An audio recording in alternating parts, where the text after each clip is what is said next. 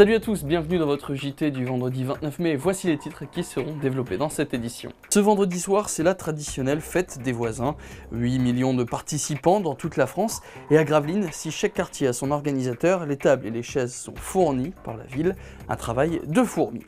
Là aussi, on se prépare au parc, l'été arrive bientôt et le sport sera encore roi cette année. On fera le point sur les rendez-vous sportifs à ne pas manquer. Et on terminera ce journal avec une nouvelle exposition au centre François Mitterrand et vous allez découvrir comment utiliser la chimie pour faire de l'art. Cette année, la fête des voisins célèbre son 15e anniversaire. L'an dernier, ils étaient plus de 1050 municipalités à avoir participé à cet événement, rassemblant près de 8 millions de participants dans toute la France. À Gravelines, pour la 13e édition donc, de la fête des voisins, elle mobilise toujours autant de personnes. Un reportage de Patrice Bernard.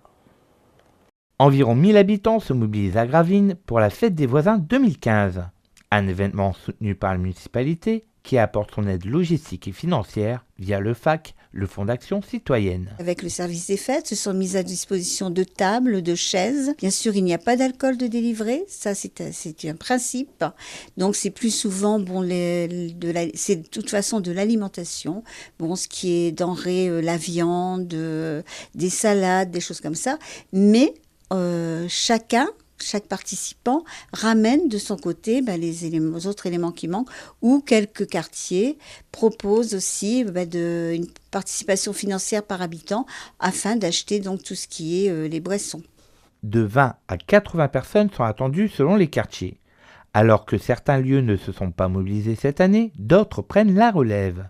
Au final, cette édition voit plus de quartiers s'impliquer dans cet événement. Nous avons 17 quartiers donc connus qui viennent nous solliciter via le FAC, dont 6 nouveaux quartiers. Il y a quelques nouveaux quartiers, par exemple du côté du Pont de Pierre, puisque vous savez qu'il y a eu beaucoup de construction, où là, pour le citer, il y a un nouveau quartier, effectivement. Et après, bon, dans le centre-ville, ça fait un moment qu'il n'y avait pas eu de fête des voisins. Et là, bon, il y a une personne au niveau de la rue Opi qui a voulu faire et qui va tenter sa première expérience. Mais il y a d'autres personnes qui le font par eux-mêmes, qui ne nous sollicitent pas et que je félicite d'ailleurs. La fête des voisins, un moyen convivial de se rapprocher entre personnes du même quartier, de favoriser les échanges et de faire de nouvelles connaissances.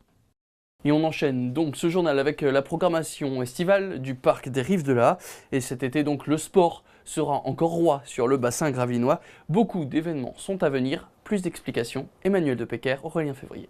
Et une nouvelle fois, l'offre sera riche sur le parc des Rives de l'Aa. On retrouvera les désormais classiques de l'été. La régate internationale d'aviron de Gravelines qui se déroulera ce dimanche. Puis il y aura le raid multisport Cap au Nord et puis le Streamman. 3 événements qui ont désormais trouvé leur marque sur le parc des Rives de l'Aa et qui attirent les familles. Il y a tellement de pratiques qu'il y en a un peu pour tout le monde. Alors tout le monde n'est pas athlète élite, donc les distances XS et S sont vraiment adaptées aux sportifs lambda, on va dire du dimanche sans être péjoratif.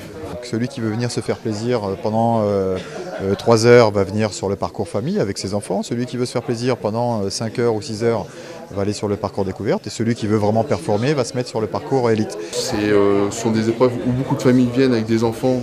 Il est sécurisé parce qu'on est à l'abri de la circulation automobile. Le petit nouveau cette saison, c'est les championnats de France d'eau libre avec le Dunkerquois Johannes Edel en tête de gondole.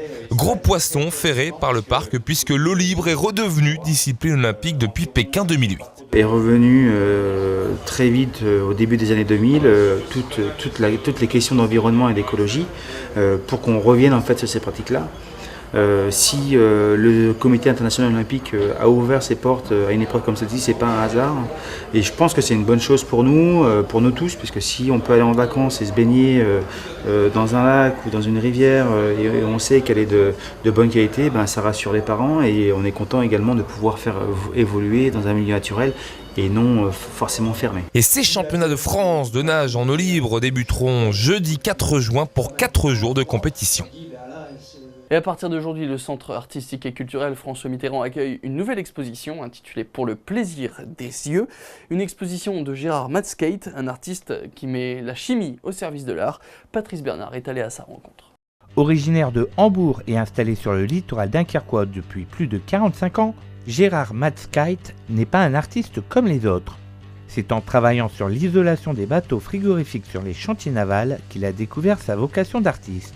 Sa matière de prédilection, le polyuréthane, un isolant industriel à la base qu'il reproduit chez lui à partir d'un savant mélange de produits chimiques.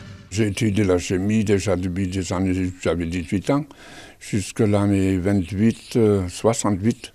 Les Allemands m'envoyaient à Dunkerque pour les premiers polythermes, des bateaux en frigo.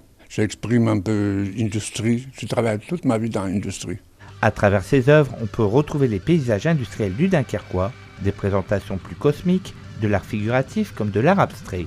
Et pour tous ces tableaux, il apporte un soin particulier à la diversité des couleurs. Toutes les couleurs, ils sont là, quelqu'un voit, pas tout le monde aime les verts. J'ai fait des verts, rouges, bleus, toutes les couleurs différentes. Comme ça, pour chacun, quand quelqu'un n'aime pas le vert, il prend les bleus, ou il prend les jaunes, ou les rouges. Pour ça, j'ai dit, plus des yeux. Gérard Matskite a plus de 1000 œuvres à son actif. Il expose en Allemagne, en Belgique, aux quatre coins de la France, mais c'est surtout sur le littoral dunkerquois qu'on peut retrouver ses œuvres, notamment dans des mairies, des salles des fêtes, des écoles, des hôtels, des navires ou des sites industriels. J'ai fait des peintures plafonnage, j'ai fait des hôpitaux, j'ai fait tout des mairies, tout le monde, quelque part, il a un tableau à moi. Il trouve toujours une place. Vous comprenez, 2 mètres, 3 mètres, ça dépend. Je rêve jusqu'à 100 mètres carrés, j'ai fait, je commande. Cette exposition est visible au Centre artistique et culturel François Mitterrand jusqu'au 13 juin. Le vernissage de l'exposition se déroulera ce samedi 30 mai à 11 h en présence de l'artiste.